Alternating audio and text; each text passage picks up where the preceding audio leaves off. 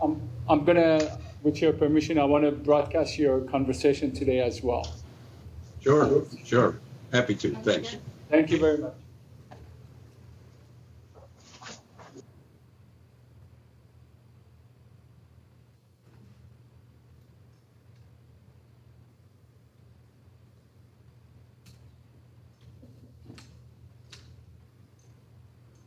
I'm gonna go downstairs.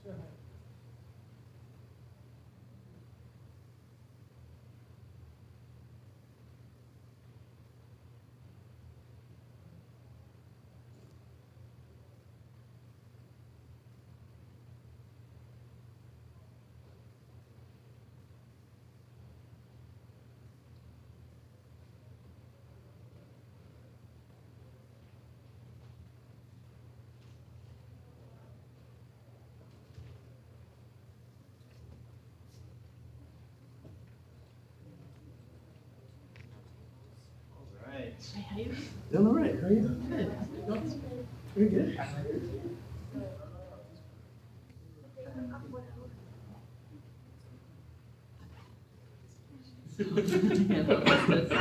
Nothing else been really. Oh, hey. SJ, you were so involved in your tables. He actually did. Yeah. I saw him talking. He's in Memphis. Yeah. I'm on TV. Hey. This. Thank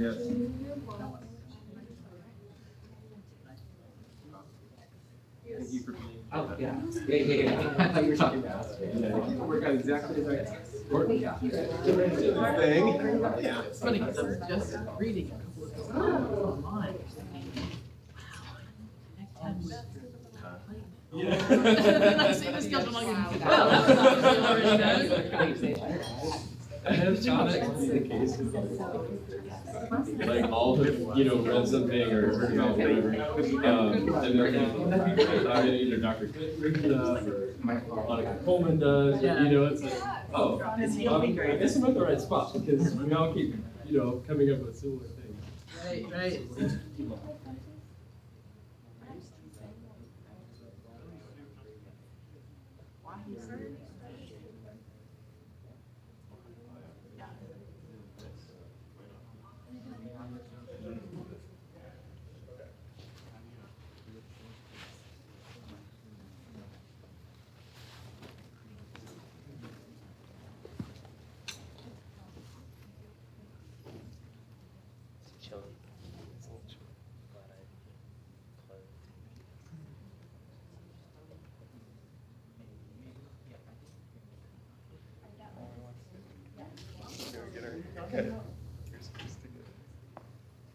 Oh, I was thinking about cutting my hair actually 2 nights or the night before I was at the concert. Really? Yeah. To what, like? I don't know. Just like that. Cool. I can't stand it. It's just so much work. Yeah, it's a commitment.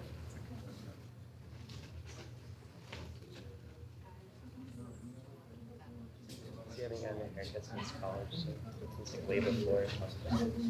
Yeah. Since about like 7 semesters ago. I got it like trying like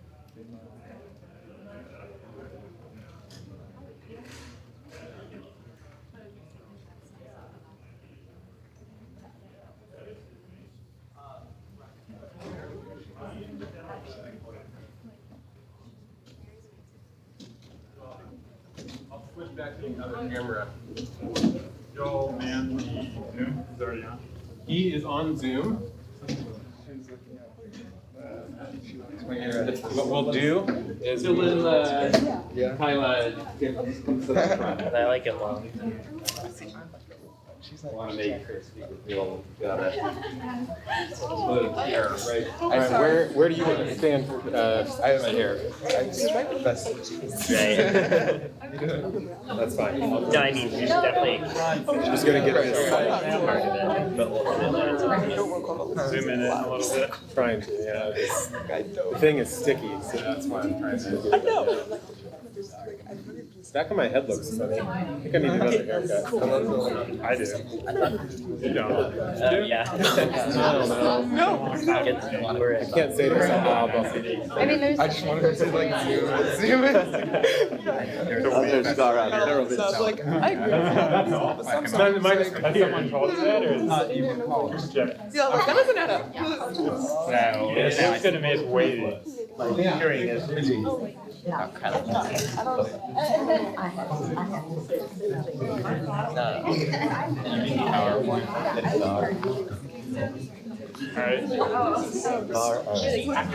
got time? Great. Alright, if I could get your attention, just so that we could stay on schedule, we're going to spend the next about hour speaking with Gar Alperovitz, and he is from the Next Systems project, so we're going to continue this theme of political engagement and systems change, and then have a bit of a Q&A session, I think, after his talk. So I'll just briefly introduce Gar. Gar has had a distinguished career as a historian, political economist, activist, writer, and government official. For 15 years, he served as the Lionel R. Boatman Professor of Political Economy at the University of Maryland, and is a former fellow of King's College, Cambridge University, Harvard's Institute of Politics, the Institute for Policy Studies, and a guest scholar at the Brookings Institution. He is also the co-chair, as I said, of the Next Systems project, a project of the Democracy Collaborative. All right, without further ado, Gar? Thank you, and thanks for having me. This has given me an opportunity to take some of the themes in my new book, which I'm working on, just to the next stage, and particularly for a group of people who are very serious about environmental sustainability and ecological problems. So let me begin by saying, long ago in ancient history, I was legislative director to a senator named Gaylord Nelson, who some of you may know was the founder of Earth Day. And in those days, it was possible to pass legislation which could deal with clean water, clean air, the whole raft of legislation that occurred in the late 1960s and early 1970s. That era is over, and it's over for a specific reason, which I think will open a door on this larger question. Gaylord Nelson, though an ardent environmentalist, was supported also by labor movements as most liberals were in that period. They needed to get support from progressive labor unions in order to do other things, in this case, environmental things. Labor union power in the United States and everywhere as a political fact of life has gone from 34% of the labor force organized down to 11% and 6% in the private sector and declining. The whole era of policy that I came out of and that was produced the environmental laws we now have is over essentially. So the next direction we take is clearly a different direction from the old environmental movement if we are to get ecological and environmental sustainability.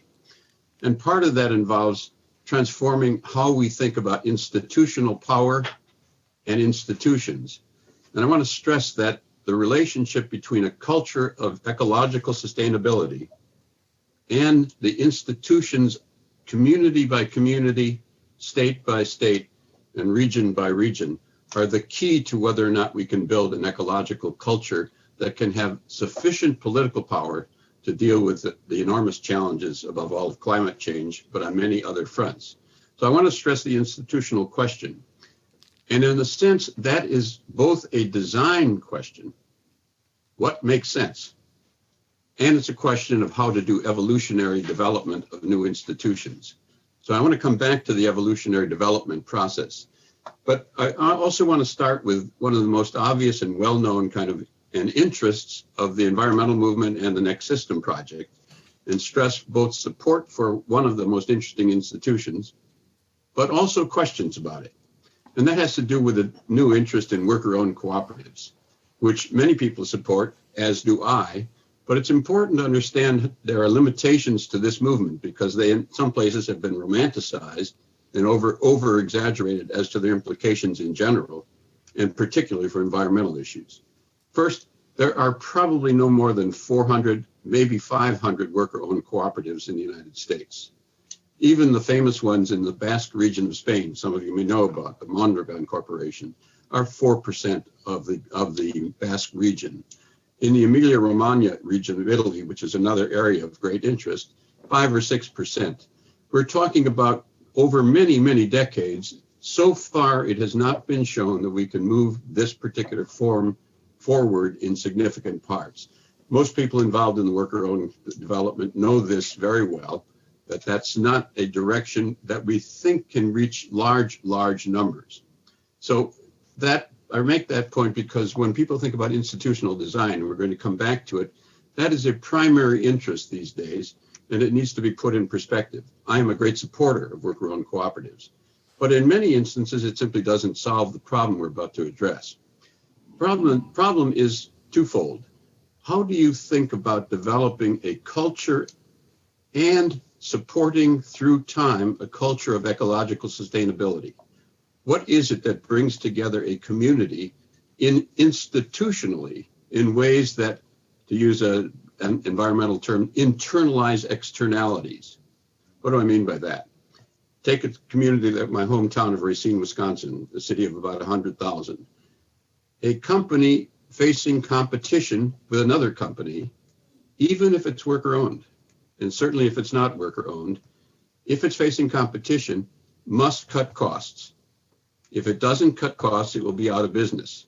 And that usually leads to very, very severe environmental problems because the easiest things to cut costs have to do with environmental issues. So there is an internal problem in a competitive economy that undercuts this.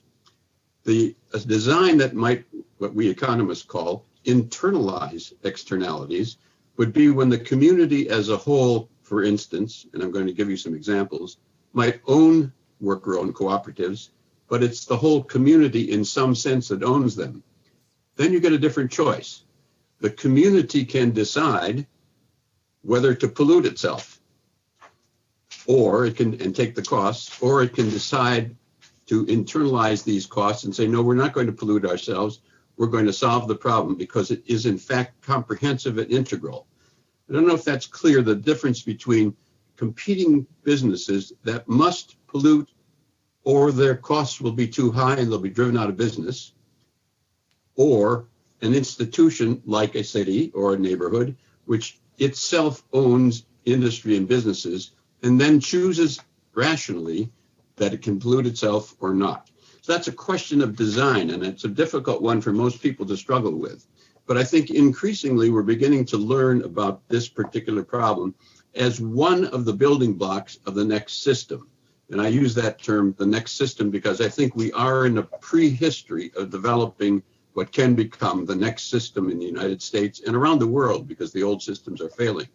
So let me give you an example. Some of you know about the Evergreen Cooperatives in Cleveland, Ohio. This is a neighborhood of about 40,000. It is a geographic neighborhood of about 40,000, very poor neighborhood. Average family income around 20,000 per family, about 20% unemployed, largely black neighborhood. But in that neighborhood, there is a community-wide corporation involving the whole community to which worker-owned cooperatives are subordinated. They are part and parcel of the larger community structure. So it is a community building structure which can deal with community problems, environmental problems, growth problems as a whole within the community, rather than community firms, co-ops, businesses fighting with each other to cut costs in order to survive. So that's what you have there, and it's a very significant one because It's a large, one of the things they have is the largest greenhouse in the Midwest, capable of producing 3 million heads of lettuce a year. These are not little co-ops that are part of this. They have a large industrial scale laundry, the greenest perhaps in that part of the United States. They have a solar installation company. These are all worker owned, but subordinated to a community corporation that keeps the community interest first and foremost. In this particular one, there's also support to stabilize these businesses by using purchasing power from the big hospitals and universities in the area. The Cleveland Clinic is there, one of the largest, most famous in the world. The University Hospital System there is there, Case Western Reserve University. They together buy millions and millions of dollars worth of goods and services. So they can help stabilize not just the worker companies, but this community building structure that can internalize externalities, that can by itself begin to build an ecological culture. So there is a community building vision here. Rochester, New York is doing something very similar. They're in the planning stages for a community-wide vision which subordinates co-ops to a larger community building idea. And again, partly in the interest of building the whole community rather than making some small worker-owned company successful. That's important too. But the larger vision is an ecological and a community building culture and the institutions that might support that. So I want to stress this particular line of development I think is happening in many parts of the country. There's experiments in Madison, Wisconsin, Austin, Texas, and many other cities. Richmond, Virginia is starting down this line, beginning to explore these more complex and integrated structures that have the possibility of weighing costs and benefits of the environment together and building community. So that's one issue I wanted to put on the table. The other is, if we're serious about an ecologically sustainable culture, the problem of inequality has to be dealt with directly, not simply in the old way when I worked in the Congress, which is hoping that taxation policies and raising the minimum wage, both of which I support, those are sort of after the fact structures pasted onto a system that is generating high inequality. How do we begin to build for the long haul systems that themselves internally reduce the inequality directly? So some of these firms that I'm talking about are like that since they're owned by the workers and part of the community, the ratio between top and bottom comes together in a different way. Now, corporate capitalism is famous for the extreme inequalities and the extreme concentration of income and wealth at the top. People don't realize that creates an envy machine and a growth machine. Envy because somebody is always going higher on the ladder and people see that distance. In fact, if your income doubles, the distance between people going up the system may get larger and larger, even though the ratio doesn't change. The absolute gap increases, or it's kind of an envy machine. So how do we begin to build systems that are not unequal and that do not drive consumption, do not drive waste, do not drive growth? And again, you're back to beginning to develop structure and not avoiding the structure problem, ways in which the structure itself might stabilize healthy incomes and increase ratios, reduce the ratios so that we have less and less gap that drives excessive consumption, excessive growth. Now, that's a very tough question. People in the environmental community interested in ecological sustainability know this is an important issue, but asking the question of how other than through trying to tax away the profits from powerful groups, do as much as you can, but we're not getting very far that way because of the power relationships. How do we build structures that inherently reduce this gap and thereby generate a different dynamic in terms of income distribution? And again, I want to put to the side, worker-owned companies don't help us much on this unless they're part of something larger. Like worker owners of the oil fields in Texas have a very different stake than the worker owners of the garbage collectors in Chicago. And the income distribution between those companies is very different. So we need to think about more comprehensive structures like the one in Cleveland or Rochester, the experiments in Richmond, Virginia that are community inherently encompassing. So I want to put that particular piece on the table, that if we're talking about an ecological culture that is sustainable over time, what is the nature of the economic institutions that nurture, generate, support, sustain, and expand that culture by virtue of their own dynamic, rather than being at cross purposes with the culture. That's one piece of the puzzle. The second line of direction, and this takes you in the direction of democratizing ownership, and democratizing ownership both through cooperatives, but also through these integrated new structures that are beginning to develop and experiment with the whole community. The second issue, and a very important one, has to do with growth and power.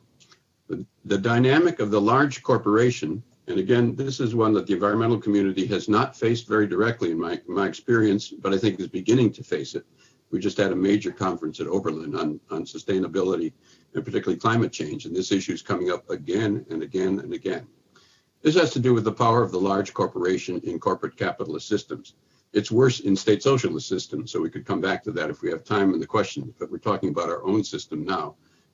This is no support for state socialism, which is worse on most environmental issues. A giant corporation has to grow.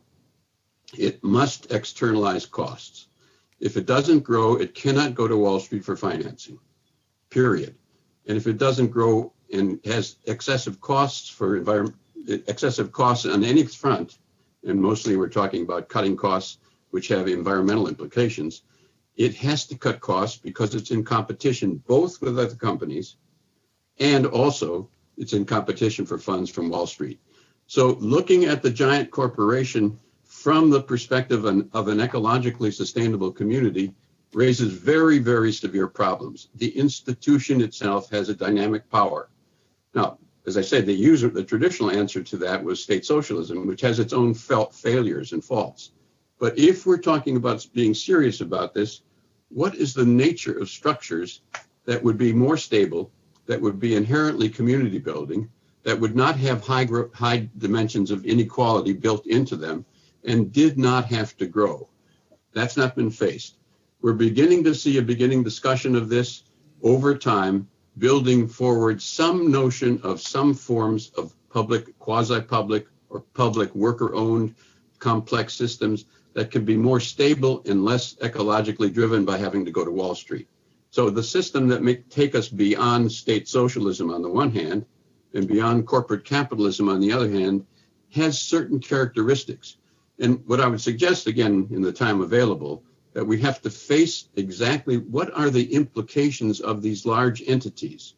And if they have inherent drive to grow, to externalize costs, and furthermore, to move around here and there, destabilizing communities, they cannot be part of the solution for a serious ecologically sustainable culture and society. So there are ways to begin to look at that. For instance, in the 1930s, there was regional development of the Tennessee Valley Authority.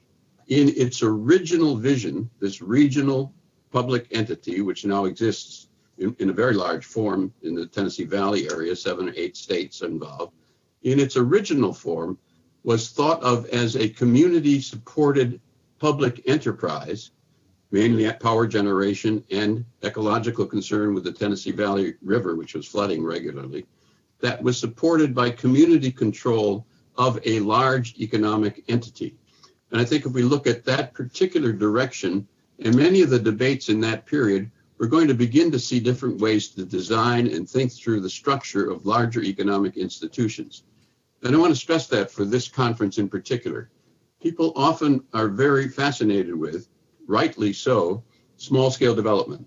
I spend a great deal of time, and we spend a great deal of time at the Democracy Collaborative and in the Next System Project, developing various community-based, smaller-scale institutions. But if we're going to talk about the environment in large and the crisis, particularly the climate change crisis, there is no way to avoid the large scale. So I want to put that to you as a challenge. Can we begin to ask questions about some forms of large-scale economic institutions that, unlike corporate capitalist institutions, do not have to grow in order to survive? If a big company doesn't grow, it will feel it immediately and stock will collapse, its stockholders will begin selling out. And there's a very, very severe drivenness to avoid regulation and to achieve profit growth. And on the other hand, the state socialist structures, so far as we've experienced them, are equally difficult because they haven't been responsible. So what you're talking about in these two levels are essentially systemic design questions and building towards a new design. I want to stress that point. We are actually, to deal with the environmental crisis, and certainly to deal with climate change, the institutional power questions at stake are so powerful, so direct, that we are talking not just about changing community design, not simply about building from the bottom up, but asking ourselves a challenging question. If you don't like the outcomes produced by corporate capitalism, particularly ecological outcomes, and if you don't see an obvious way to regulate them in the old ways, the ways I knew when I worked in the Senate and the House with the development of the environmental regulations, if that era is over, and if the state socialist model is even worse, then actually the challenge of an eco-civ vision is a challenge not only of culture, but of asking exactly what is the design of the next system and how do we begin to think about it directly, like an architect might think about designing, but also think about how it actually produces the results we want. I've given you 2 or 3 examples of systemic elements that do or do not work that are kind of illustrations of the problem. The Next System project, which is housed at the Democracy Collaborative, is a project aimed at beginning to develop a sophisticated debate about these kinds of questions and projects that open up new directions and new illustrations, like the one in Cleveland, but many others. We've published some 25 different visions of how to structure the next system, many of them by leading environmentalists. Gus Speth, some of you know, is one of our leading environmentalists. Bill McKibben is supportive of what we're doing. Herman Daly's part of the project, saying we've got to get beyond the idea of only projects, which are critical. You can't get anywhere without projects. And only policy. You can't get anywhere without policy. To ask questions about the architecture of the system, the whole system. What does it look like? What would make sense? What would not drive growth? What would not drive the inequality that pushes people to grow and to expand? What would allow for stabilizing communities? The city of Cleveland, for instance, was 900,000. It's now less than 400,000. Why is that? Because the corporations had an interest in moving out from under to another community. So what happened to the people? They were dispersed. What happened to the capital? It was dispersed and lost in Cleveland, houses, schools, roads, highways, hospitals, and had to be built elsewhere at tremendous carbon cost as well as economic cost. How do we get greater stability becomes a design problem in an eco-civ vision. So I want to push the notion and challenge you really to say, can we get beyond what I call projectism? My project is the best project and yours is not as good as mine, etc., to a vision of how we work together actually to ask logical questions about systemic design. And if you go to the website, The Next System, you'll find some 25 different competing designs, and people are getting quite sophisticated about this. And they're doing it in a way that asks practical questions. What does that have to say about what can be done tomorrow in this specific community in the direction that it should take? So I want to urge the opening of a much, much deeper argument about systemic change. We're going to hear later from good friends of mine about various visions of how to proceed. Partly, some of them are project-oriented, elements that build in a new direction. Some of them are more based on business visions.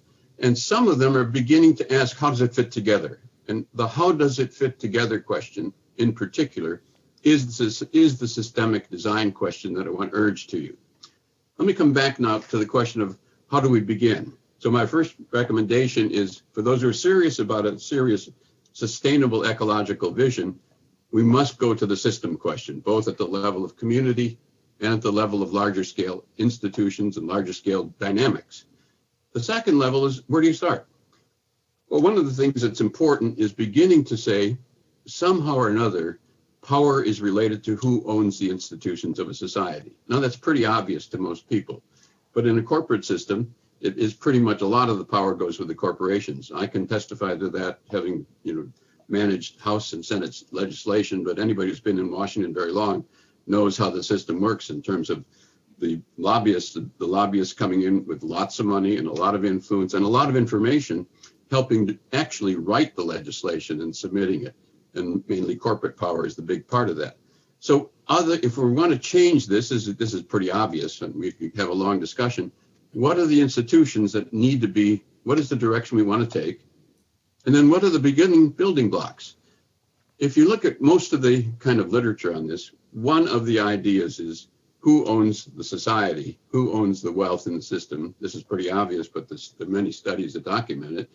Money counts. And so how do we actually democratize ownership of wealth? The top 400 people in the United States, this is a number that's staggering to me, have more wealth, 400 people. You could probably fit them in the room you're sitting in, maybe squeeze them together. More wealth than the bottom 180 million Americans taken together. That's a medieval concentration of wealth. It's extreme. Only I once gave a lecture saying that, and a medieval historian came up to me afterward and chided me for saying that. He said it was never that concentrated in medieval times. One has to get a sense of how powerful that is. And so if we're talking about an ecologically sustainable society, an EcoCiv vision, that has to change. And in some sense, the key issue there becomes how do we democratize ownership in ways that also don't produce the outcomes of the socialist systems that we know about. And that means a lot of experimentation. I've given you a few principles. One, community-wide integration so that we can internalize externalities, the Cleveland model or the Rochester model or the Richmond, Virginia model, experiments in the direction of comprehensive development of this kind. But how do we do it at the national level or the regional level? What is the design that would produce equality, liberty, ecological sustainability, and above all, some sense of community, without the culture of community being nurtured and sustained from the bottom up? And that's a design problem, not simply a culture problem or an attitude problem. How do we build and sustain and nurture community building as a design of the whole system problem? That becomes that is an intellectual as well as political problem. We've avoided the question, if you don't like corporate capitalism, you don't like state socialism, what do you want? We've avoided that question as an honest and genuine kind of architecture problem. So I want to suggest that in your discussions of the rest of the conference, these issues be kind of put forward quite clearly as kind of design questions that we can handle. And I think that takes us beyond projects, very much beyond projects. You're going to find that there's an assembly of lots of good projects that are developmentally interesting and going forward. Co-ops being one, land trusts being another, city-owned banks are developing around the country. Philadelphia and Santa Fe are setting up public democratized banks like the Bank of North Dakota, which has been there for about 100 years, owned by the state, has different priorities. We're seeing experimentation all over the country in the direction of one or another form of democratic ownership, which gets you at the power base of a different ecological vision, changing who owns and who might oppose or support change. So that's very important. But it's important, I think, and I would urge this as another question to face in your discussions in the various discussions the rest of the conference. A starting point that introduces the notion of democratic ownership, whether at land trusts or whether worker-owned co-ops, is not the same as an endpoint, nor is it the same as a design. It may introduce in America the notion of democratic ownership as a basic principle. There are millions, 130 million people are involved in democratic ownership in the United States already. Credit union members are one part of that. Public utilities, which together with co-ops produce 25% of the energy. Many, many cable companies are publicly owned now. Land trusts are another example. City-owned banks are starting. They begin to generate a principle that itself is one of the baselines, one way or another, of a different structure that can sustain and nurture the values we're talking about. So I want to separate out, though, there is a question of design itself that often gets passed over in ways that I think are disastrous for anyone serious about ecological sustainability. And then there's a separate question of, look at all the possibilities that are popping up around the country of different institutional developments. They are likely to grow, but they don't all answer the questions that need to be faced by an EcoCiv vision. They begin to suggest possibilities, but they suggest possibilities that have to be evaluated and reevaluated from the perspective of ecological sustainability, equity, community, stability, and a vision of a moral culture. They may or may not contribute on all those levels, even the best of them. So a serious movement, and what I think is most exciting about this period is there is a serious movement building up, experimenting, exploring, and beginning to debate, and beginning to think through these kinds of questions. It's the first time really in my experience, and I think in American history, where we're beginning to see things like the new economy movement, which is developing experiment after experiment after experiment, the next system debate, which is beginning at many different levels, and much of this not covered by the national press. So it's not known at the national press. You have to dig deeply to find out what's actually going on. It's not much covered by the local press either, partly because the local press is in financial difficulty, and partly because the local press isn't interested in these kinds of experiments. But there is a developmental process that's growing. For those of you who want some more information on it, let me give you a couple websites. The first one is community-wealth. Put the dash in, and that covers many, many, many experiments going on around the country. The next one would be the New Economy Movement and the New Economy Coalition. Just those words will get you to their website. The Next System Project has its own website called nextsystem.org or .com. And you can begin to find things that are happening in many, many parts of the country that are not covered, that begin to show developmental possibilities in the directions that we're talking about here. So I would urge that you, let me put it in a different way. As a political economist and basically as a historian, in many ways, this period I think is one of the most important periods of American history for a very specific reason. I think we're coming to the end of the old ways of managing the economy. That is to say, the balance between labor and corporations to keep some sort of halfway equitable balance. That is really dying out as the labor movements have died out. And it's dying out all over Europe as well. That's what Brexit was about, the breakdown there. And that's what's happening in the European economies. The balance has changed. So I think we're going to go through a very, very rough period. But one of the features of the rough period we're already in, for people at the bottom of the system particularly, is the development and search for practical alternatives and search for a different kind of design. The notion that so this is a hard one, let me throw it at you. The notion that we're actually living in the prehistory of a transformation of the entire system is very, very hard for most people to grasp. That we, you and I, actually may have the possibility of helping create the preconditions for a genuine transformation. Something that goes beyond good projects. I'm for good projects. And something that goes beyond electing good people.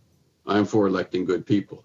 But something that goes deeper to asking really tough questions about the values, particularly in this case, ecological values and values of community. What is the design in one community that will actually produce and nurture and sustain these values on an ongoing basis? That's the system question.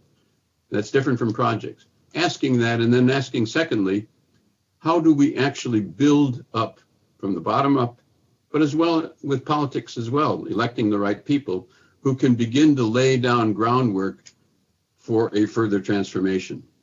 I'm from Wisconsin, grew up in Racine, Wisconsin. And if you look at what happened, particularly in Wisconsin for odd reasons, in the 1920s, experiments that became the basis of the labor movement, the labor law later on at the state level, experiments that became the basis of Social Security, experiments that became the basis of welfare programs and child support programs. These were developed partly in Wisconsin and in California and in New York quietly in the 1920s and the 1910s.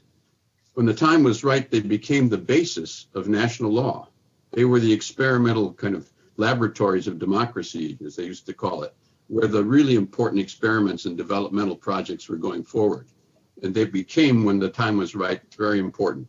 So I want to suggest that way of thinking, not simply about, isn't this a good thing to do locally? Yes, that's the first question.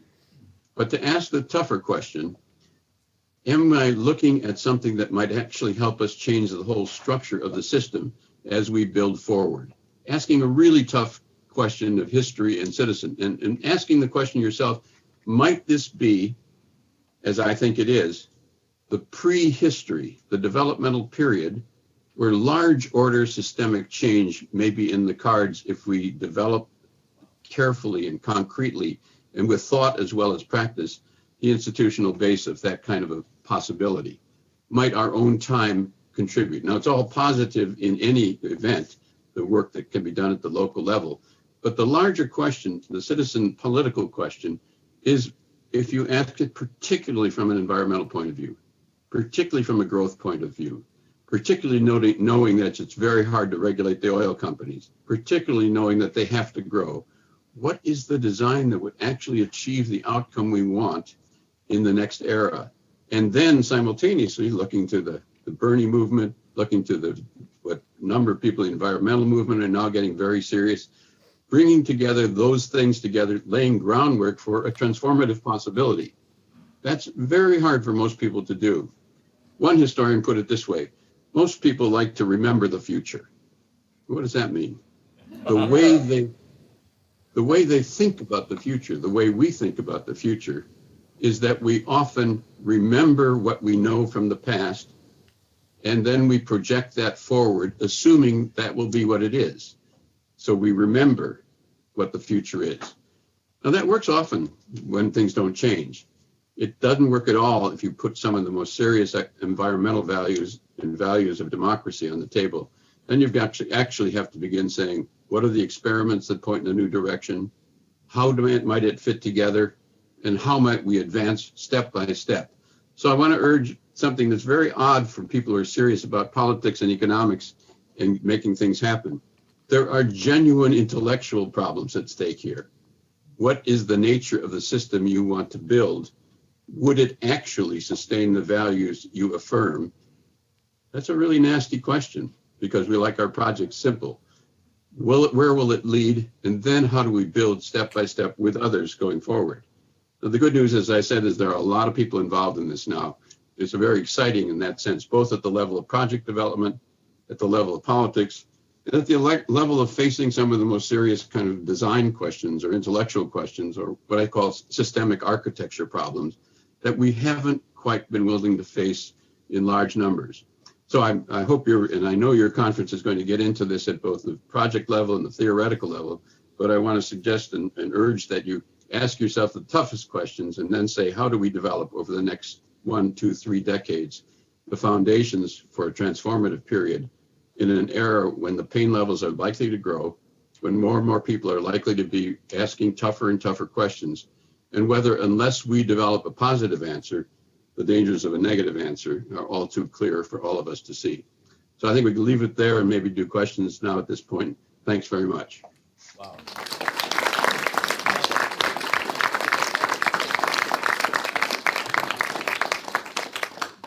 So we have about 20 minutes for open questions. If you want to just address Gar, maybe say your name and your question. The camera's there. He'll see you on the screen. Hi, Gar. I'm Sherry Kling. I'm a student here. Hey, Sherry. My question is, in the models that you talked about the community corporations and then the worker co-ops and all under that, and you talked about communities then weighing the costs and benefits on the decisions. I'm wondering if you've seen an example or has it been thought about how something like that could be created where non-human entities are given a voice, and where entities that are affected by those decisions but are outside the community are also given a voice, like those that live downstream, and then the earth itself and the animals within the community. Those are wonderful questions. First, let me really just affirm, those are design questions. You're asking a question about how would you structure a system to do what you just said. The answer is I have not seen anyone deal with the non-human actor within systemic design. So that's an open area for further discussion and for debate and for further contribution. The question of downstream is something that people have talked about. And it's a very good question. See, that's a beautiful systemic design question, because you can develop a coherent, democratic, and ecologically sustainable community, and it might pollute the river downstream to the next community. What is to prevent that? So that becomes, what is your design? Some people argue, and this is certainly part of the puzzle, part of the answer, the development of an ecological culture within one community can constrain a good deal of the downstream problem. And I think partly that's partly true, but I think it's only partly true. The next level of argument, and this you can find in literature on it, there's a famous ecological kind of communitarian named the late Murray Bookchin argued this. You need some form of structure that relates community to community, probably in some cases a confederate structure or a regional structure that allows this to be mediated so that there's a power structure in which everybody works out a balanced act and understands that. That gets you to larger scale design. And there is some, if you go to the webpage, you'll find some of that is up there. And if you look me up, you'll see some references to some of the literature on it. But it's a perfect design question. I really want to affirm it because it asks the kind of question that you've got to ask if you want to get beyond current. Now, currently, there's no answer to this. There is an attempt to stop pollution if you can regulate the companies. But when you can't, the downstream problem doesn't get solved at all. It gets exacerbated. But it's a really good question. It brings me, permit me, because I'll certainly digress from some of these questions, but I want to say one other thing about this. I mentioned regionalism, which is part of this. One of the problems that's posed by the downstream problem is this. Most people are not fully aware of how large the United States is compared with other countries. And it makes solving downstream problems really difficult. Let me give you an example. The United States, which is about 3,000 miles corner to corner and 30 million people, is so large that you could drop this country of Germany, one of our competitors, one of our other European democratic economies, you can drop it into Montana and still have more land space around. Most people don't realize how very, very, very large this country is. So that means that downstream problems are very hard to mediate in a whole system that large. Most of the people who face this question, and there's a huge debate about it, both in the 1930s and 40s and then in the 1960s and 70s, believe that at some point regional structures, New England, the upper Northwest, different parts of the country, maybe California itself as a region, are going to have to be somehow empowered more regionally, and that within the structure of the region, many things, including the downstream problem, but many other planning problems, become more possible. But the problem of scale is, and again, I'm putting some of these really difficult architecture problems in, the problem of scale is a real one in a gigantic system, and it's almost certain to be on the table over the next 30 years of how do you begin to decentralize. When I worked in the Senate, the Appalachian Regional Commission was established, which is a regional idea. And at the same time, 7 regional commissions were established to try to begin talking about regional solutions because of the scale problem. These were later dismantled during the Reagan era, but I think that's going to return again, the whole regional idea, in order to deal with smaller scale inter-community problems as well.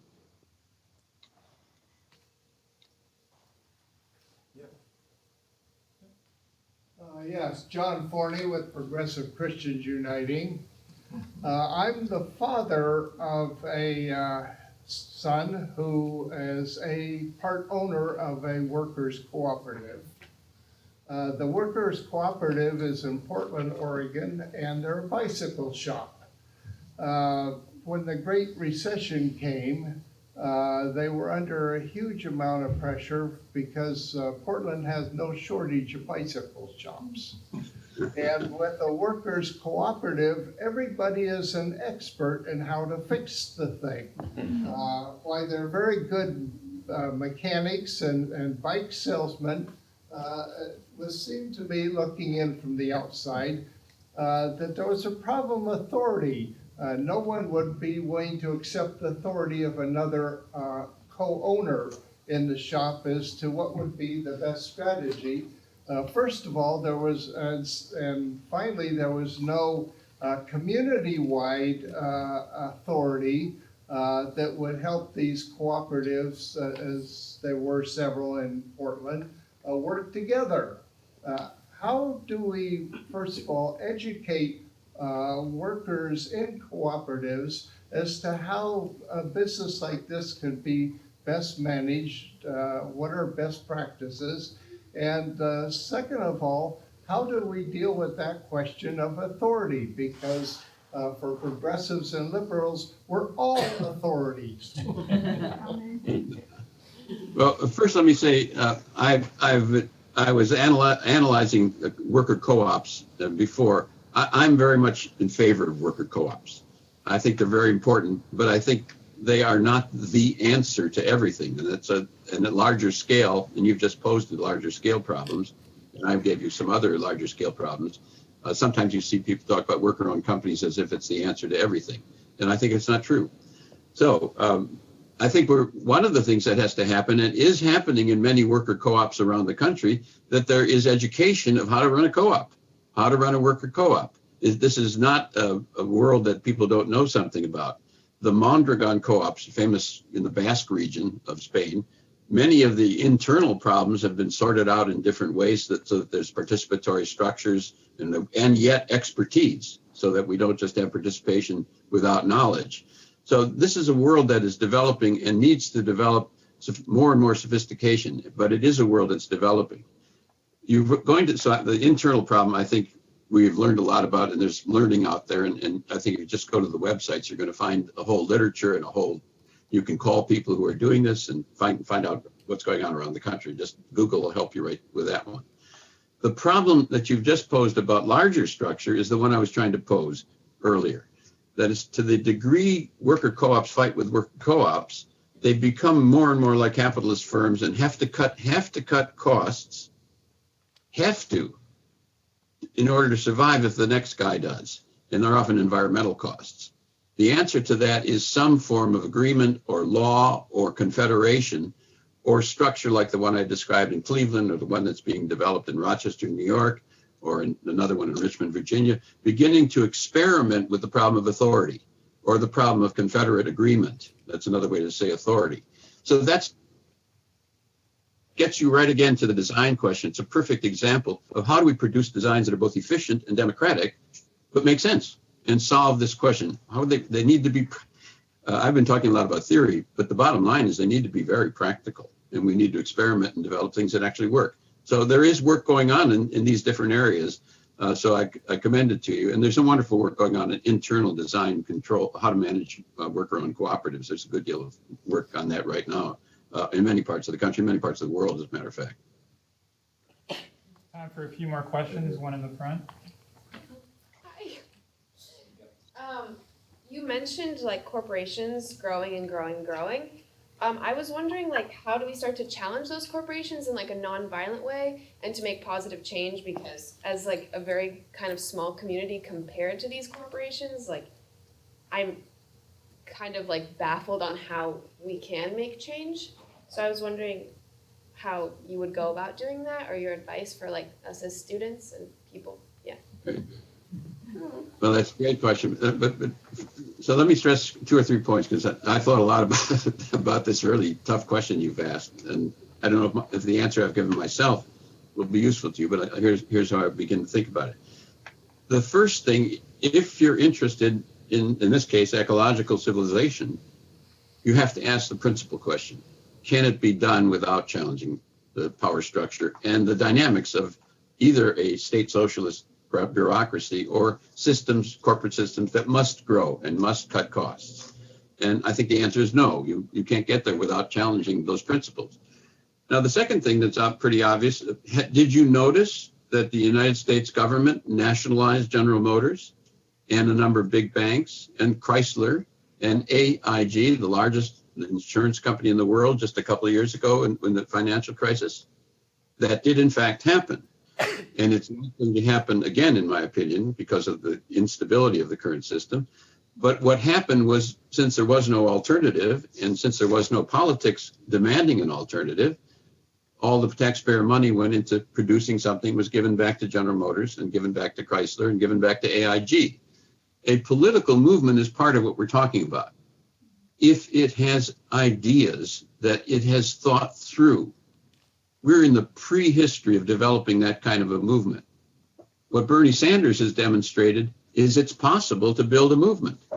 Putting together the experiments, thinking through the systemic design thing, this is what the prehistory of a large change is all about.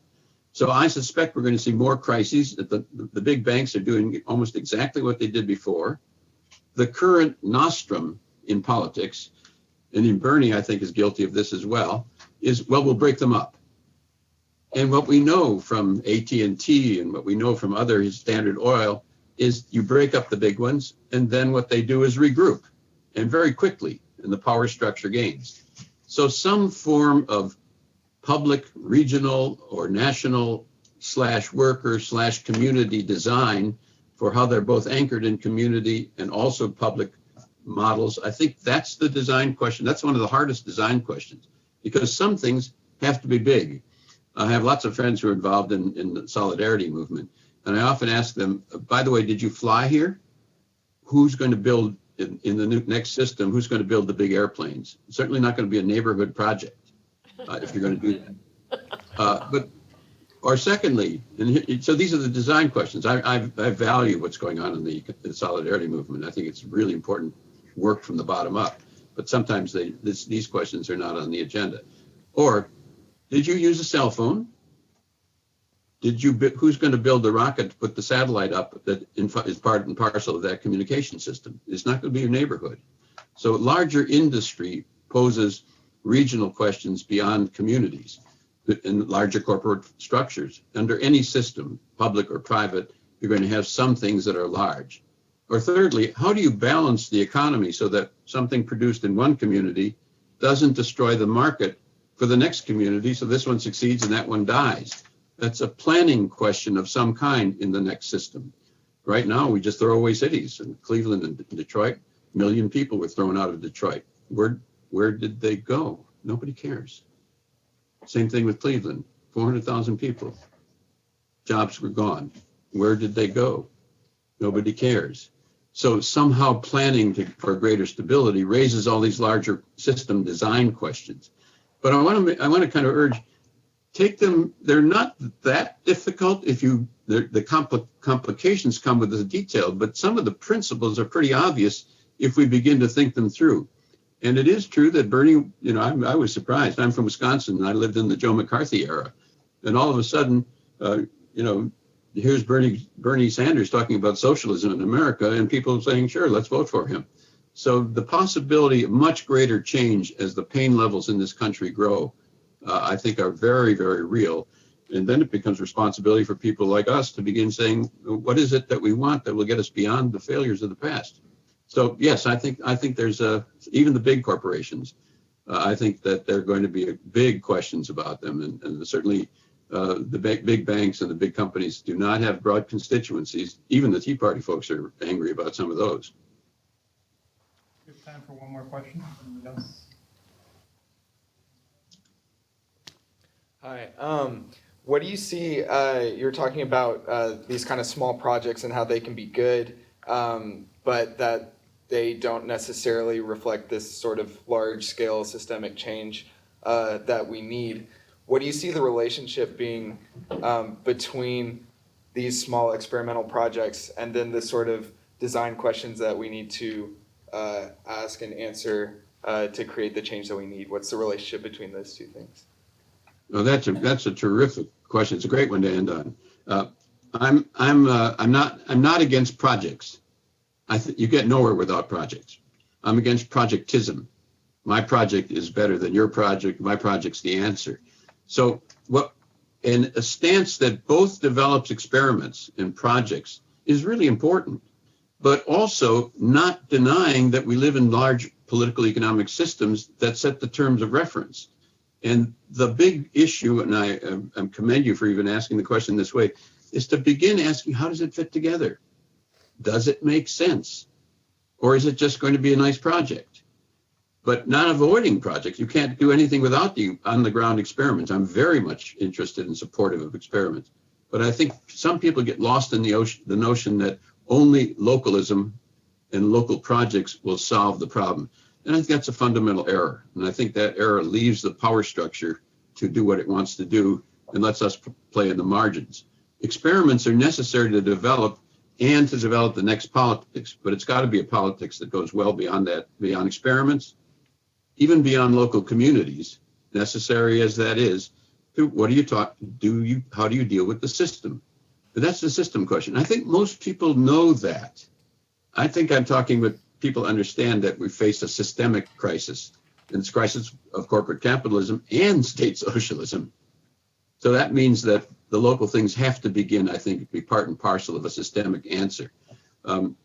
Some people, I think both of the other speakers are very good friends of mine, don't like the design question. They'd like to stay at the project level. And I keep chiding them and urging them and saying we've got to face the systemic design question. And what's exciting, if you go to the Next System project, thenextsystem.com or nextsystem.org, just get the words Next System and you'll find it. You'll find a really very rich debate going on amongst people who've been thinking about this from various different perspectives that begins to take and enrich it. And it's the kind of thing we need everybody to participate in. It's like the Federalist Papers at the start of the American experiment, in which people actually debated what is the design of the Constitution?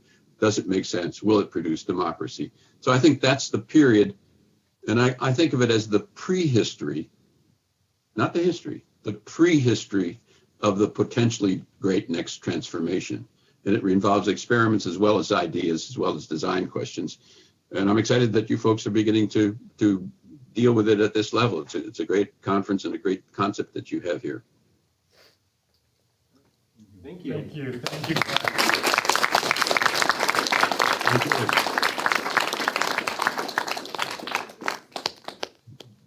Thank you for all of your hard work, Gar, and thank you for everybody's participation. We look forward to speaking with you again soon.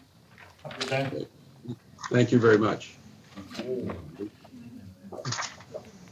Excellent.